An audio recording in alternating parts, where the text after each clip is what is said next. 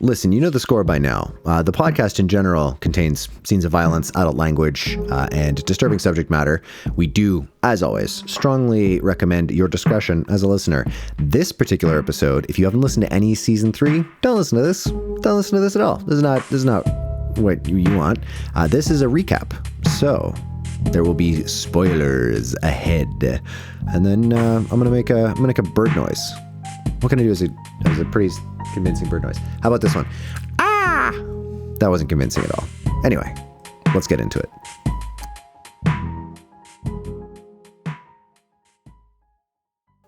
Who's with me? I am Glade. I too am here. I'm here too, Glade. And if you'll have him... Gino roots around in one of her deep pockets and looks at Doug and just has a little pebble in her hand. Trust me. He looks at Glade. He says, it's worth it. Do you need help? And the mask is getting a little bit closer to the face. Gino grabs it. Doug puts his hand over Gino's.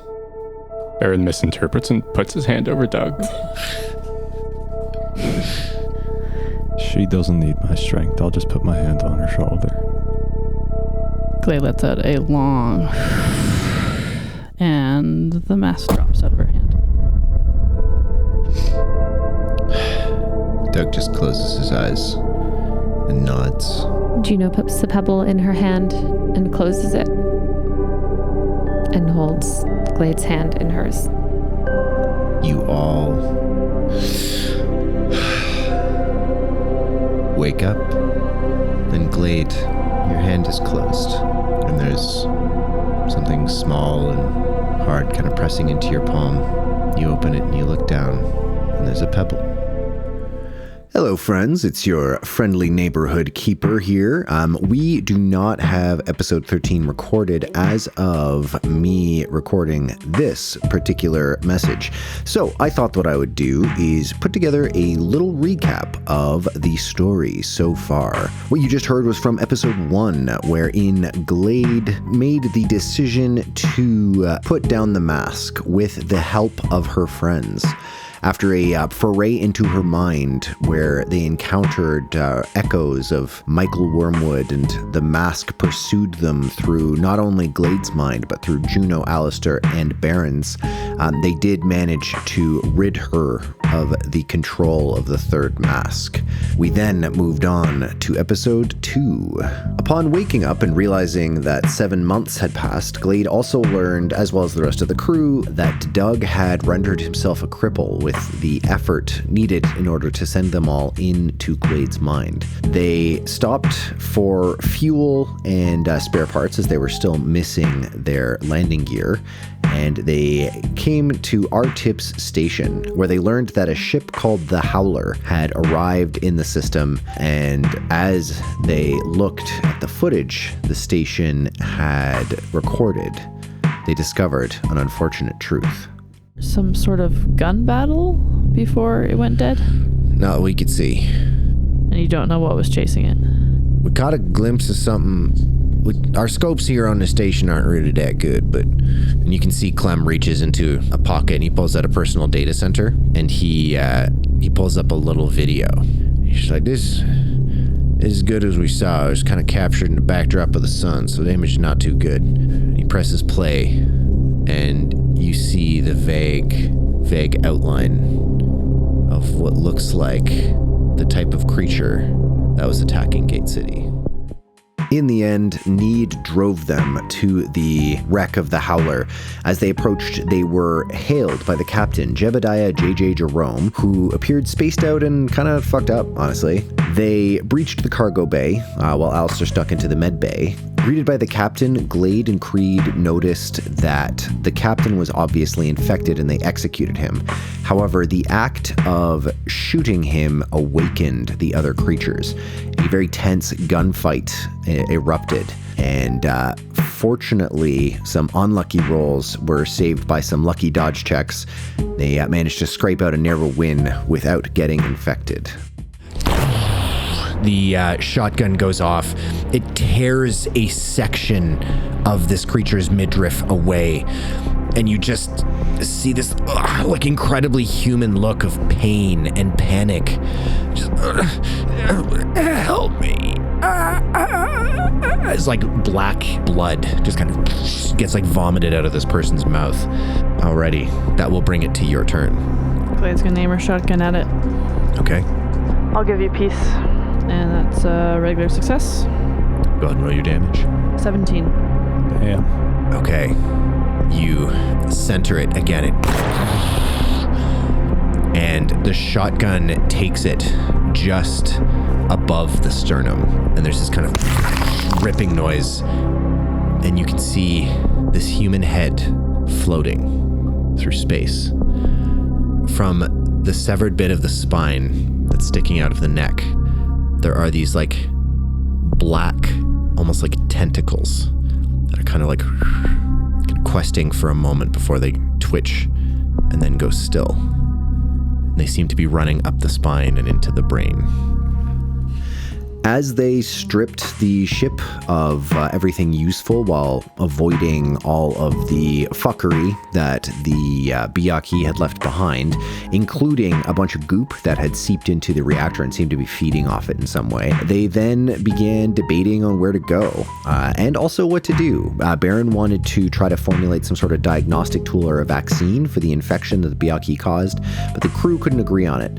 Meanwhile, Glade approached Doug as she was concerned with Juno's perspective on where she had gotten her powers and whether or not she could control them. However, Doug had an ominous warning. I don't think his powers come from an angel. I don't know why I think this. It's just a feeling. But I think he gets a lot of his abilities from the same place that the angels do. So if he really did give something to Juno, then maybe it's not then from the angels, and it won't. There's lots of things. I mean, who knows? The angels, who knows anything? Like, maybe there are other... The angels can't be the only power in the universe. Do you feel the currents, Glade? There's something stirring. The angels are they're just one wave of a storm that's coming. I'm also having dreams. He just kind of stares off into the distance. A great pit. Something at the center of the galaxy. A dark forest. I don't know what's happening, Glade, but I think it's only just starting. After a lot of bickering, the crew had decided to go to the planet of Mambo 5 in the Baja system, under control of a remnant of the USC Navy, led by a man named Commodore Robert Hansen. They traveled to the system, learning more about Doug's spine, the damage there too, in the journey, and learned that they would need to either clone a replacement or get some cybernetics to do so. They made a plan to check out the Ingurath Limited facility in the city of Rita on Mambo 5 in the Baja system in order to ostensibly find a facility to regrow Doug's spine, but really they wanted to test a sample of the angel's matter that Juno had stolen away. During that process, they met an old med school acquaintance of Baron's named Joanna, who agreed with Baron's assessment of Doug's options, and they left him with Joanna while they went to go sneak out a lab and do some testing. Our other two mercenaries, on the other hand, having sold one of the vehicles and some of the loot that they had gotten from the Howler, unfortunately, were doing some shopping when they overheard something very, very disturbing. You put your hand on the doorway to the change room, and Alistair, you've wrestled yourself out of this jacket, and you're putting your other jacket back on. Both of the doors are closed, and all of a sudden, you hear the worker who's helping both of you. It's just like, dude, you're so late. what are you doing? You look like fucked up right now. Like, what's going on? And you just hear him go, I don't know. I don't know. I don't feel right. I just feel, I don't feel like I'm myself. It's like, what's going on with your skin? Like, what happened to you? I went into the dark. I went into the dark. Glade burst the door open. Our two mercs fucked off with all sorts of gumption, and they made it to a bar called the Stinky Knee, where they met a couple of witnesses who agreed to, in exchange for them getting off planet, they would arrange a meetup with Major Ziggy. They found out that Commodore Hansen was on his way to the planet in his battle cruiser, the Desert Bear, and he'd be there in less than a day. Juno and Baron got busted almost immediately in the lab. They tried to lie a whole bunch of times. They did a very bad job of it. But in the end, they got a sit down with Dr. Maine Jarple, the director of the facility. They learned that she was part of a weird cult. This cult worshipped the creature at the center of the galaxy. They just knew the name Azazoth. Meanwhile, Alistair and Glade had picked up on the fact that Juno and Baron were captured, effectively, and they hatched a plan, a stealth mission plan, worth noting, remember that for later, kids, that they were going to sneak into this building through service tunnels to extract them. Meanwhile, in this meeting with Dr. Maine Jarple, a otherwise unassuming member of the staff walked in and revealed a plot. There is a knock at the door, and you can see the director kind of roll her eyes and just like speaks into her little ear. She's like, I'm busy, but the door opens, and the host, the one who had initially greeted you when you first came in, walks in. Their demeanor is very different, and they just say, my apologies for interrupting the meeting. On behalf of the United Soul Council Navy, Commodore Robert Hansen is taking control of this building and all of the resources therein. And you look out the window and you can see a shuttle, a naval shuttle approaching, heavily armed, that often carries Reapers. The director, you can just see the hands on the desk just grip it. Juno, after learning that the Navy was on its way to seize control of the building, was sent to the same executive suite that Baron had been. They made a friend named Mike. Mike was a security guard, and they just fell in love with him. You never really know why people are going to fall in love with your NPCs when you put them in a game, and sometimes they just do, and that's beautiful.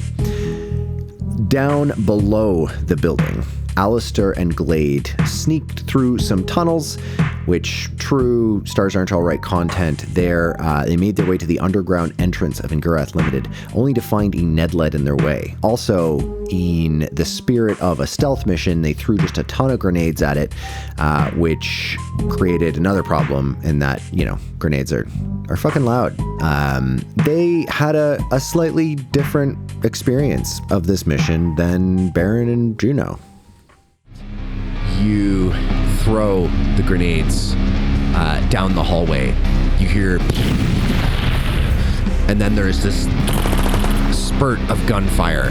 The bullets kind of thwack against the wall just opposite you. You kind of like cower instinctively, ready your weapons, and then you hear, Go, go, go. Yeah. And we sprint around the corner. okay. You guys having your steam showers, presumably this entire time.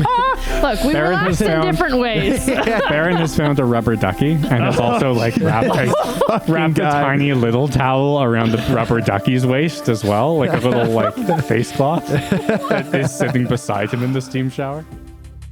So yeah, the two mercenaries, basically shedding a ton of blood, grenades, bullets, just fought their way to a security center, managed to figure out where Juno and Baron were, as well as Doug. They split up. Alistair went to rescue Doug, and Glade went to meet up with Creed upstairs.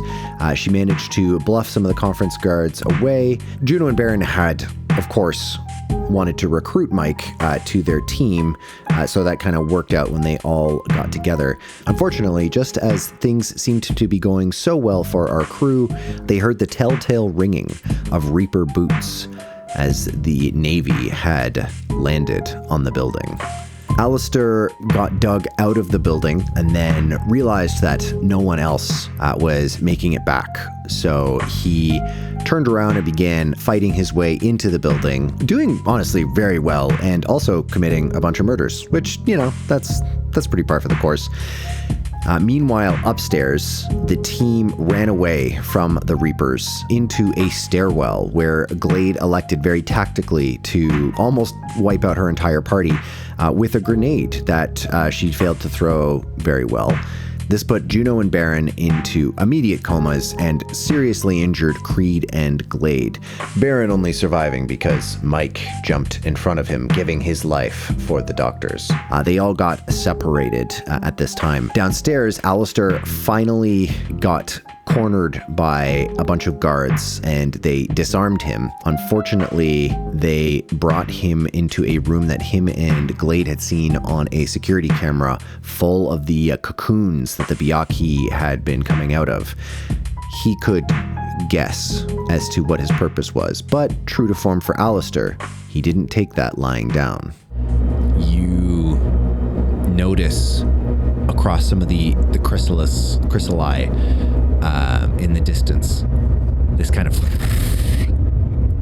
skittering black mass of writhing shadows that all of a sudden stops for a moment and then starts streaking towards the two of you. Thanks to the creatures emerging, Alistair managed to sprint away from the guards who had tried to sacrifice him, most of whom got caught up in a fight with said creatures. Using this distraction, he managed to run upstairs and get into contact with Glade.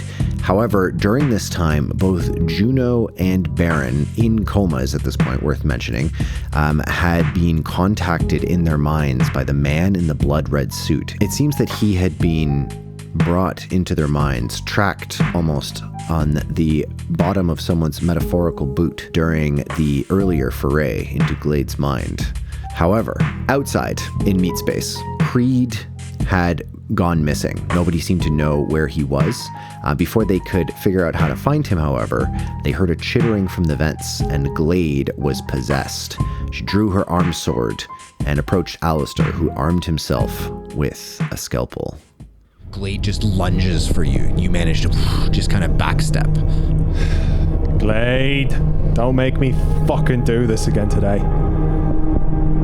There's no response in Glade's eyes. Glade, I will say, it's like you're watching this through a dirty window. Is there a scalpel anywhere near me? Yeah, I'll say there's a scalpel. Yeah, grab a scalpel. Okay. Stow my gun. I don't want to fucking hurt you, but I will. Sword pops out of her arm. Dr. Mumble, combat medic. Get the patients down to the loading bay. Yeah. We'll begin to move. Then do it. Fortunately for the both of them, the fight was relatively quick. Alistair managed to cut Glade, which, thanks to the fact that she endured a grenade in a stairwell, caused her to pass out. Also caused her to, not be possessed anymore. So that's great. He celebrated his victory by giving her space meth. So go team. That factors heavily in this season. Especially over the next few days for our team. The team prevailed upon Joanna and a Navy medic named Melissa or Mallory or Moira or whoever, and Dr. Moomble to move Juno and Baron. Then they encountered a Reaper. The Reaper had lost contact with his team and didn't have any idea what the fuck was going on anymore. So actually, in a rare form for the Navy, decided to be a good guy and help them get out. Unfortunately, at this point, the crawling ones were swarming the facility, and the Reaper had to give his life in order to buy them time. However, it still wasn't quite enough time, as Juno and Baron were still in quite critical condition. And during one of the combats, a terrible sacrifice was made by Doug to prevent Glade from being blinded. They did manage to make it out of the building, and when they reached the truck that Doug had moved into position, Glade made a devastating discovery. I head to the driver. You run around, you open the driver's side door. You can see Doug there. Doug! Blood leaking from his eyes, from his nose, and from his ears. And his hands limply in his lap, and he just turns to you. And he just gives a little wink. He says, "Been a hell of a ride, my friend." Oh, there's still a lot more ride, man. Come on. I don't think so. Get him clear. That's what he would have wanted. And then, just in the back of your mind, you hear this crackling of a campfire. Oh, my friend, I've missed you. And then he goes slack. Fuck, okay. Push it down. Could she push Doug to the passenger side? Mm-hmm. Just however she can. Yeah. No, you're not doing it. Okay, we're fine. She hops into the seat, closes the door, and starts the engine to drive. Begin making your way out.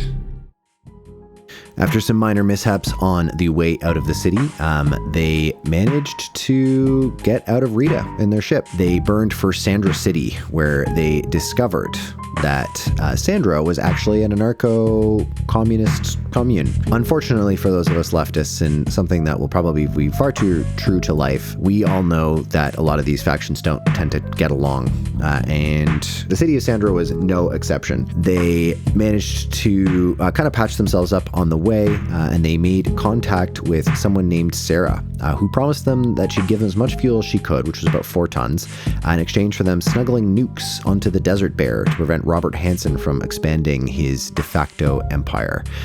Tubes. Tubes is all you need to know about the entire plan. They're going to sneak the nukes aboard in tubes. This detail, worth noting, was not mentioned to Juno and Baron. So remember that for later, kids.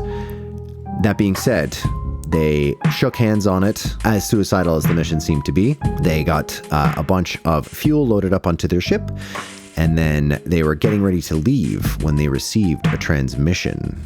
Alistair, I have received a transmission from Rita. What's it say? Playing now. Mayday, mayday, mayday. You guys make it out, or, I'm not doing so well, guys. I could use a pickup. Ah, shit. Here we go again.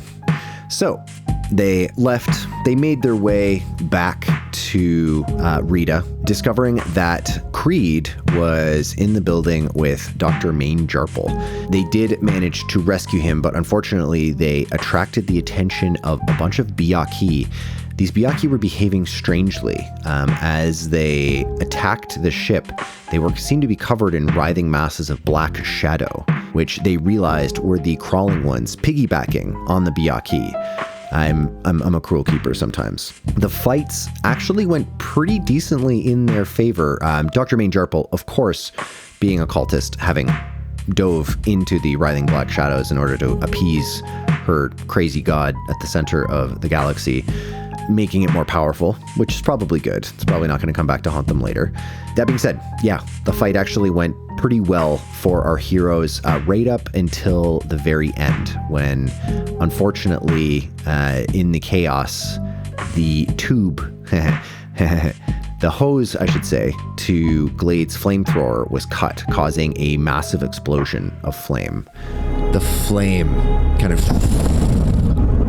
blasts out of the thing in this kind of like uncontrolled geyser of flame. It doesn't seem to have gone back up the tube as of yet, but everyone is going to take damage. I will get everyone to roll. Actually, wait. It shouldn't be the same damage for everyone. because you're various distances. I'm going to get Juno, Alistair, and Glade, and Creed, actually. You guys are going to take... This has to be serious. Does it, though? Yeah. Hey, I'm covering Juno. You are covering... Okay, that's fair. Just shove less. So, Glade and Alistair, you will take 1d8 of damage. Juno, because you're being covered, you're going to take 1d4. And Baron, I'm mostly covered by a tube. you are mostly covered by the tube. So take you'll take a d4 as well. Okay. Sorry, would you say 1d8? 1d8. D8, yeah. Oh, yes! 1 damage. 1 damage for Baron. Great. 4 damage for Alistair. Okay, does that reduce you to half your hit points? No. Okay. Woo! That was stress. And it just comes off for those of us who have taken meth recently. It comes off just your temporary comes hit off points, temporary. Okay. But could I get con checks from the two of you? If you must. That's a hard success. Okay. Sorry, wait, that's an extreme success. Okay. I got a hard success. Awesome. Okay, great. This meth feels great. Yeah, my foot's not so much, but For the most part, you guys manage to like shield yourselves from it. You just see this from Creed. Oh yeah. Oh, no. Right. That being said, the gout of flame does engulf the writhing mass and just seems to burn away and is now gone. Our crew punched it, frankly. They got the F out of there. Unfortunately, not before hearing several impacts on the outside of their ship. They were burning out of the city, and that's where we left off, team. We're kind of on a cliffhanger. I know, very out of character, but we are very excited to bring you the end of Season 3. At the time of me recording this and saying this, we plan on recording it in 2 days from now. Guys, this whole process, Seasons 1, 2, and 3, has been made possible by you guys listening. It really cannot be overstated how much it means to us when we read your reviews, when you rate our podcast, when you like and comment on our stuff on Instagram. Just everything that you do to let us know that you're enjoying what we do really does keep us going. So thank you so much for all of it. And yeah, we'll see you in a couple weeks. love you.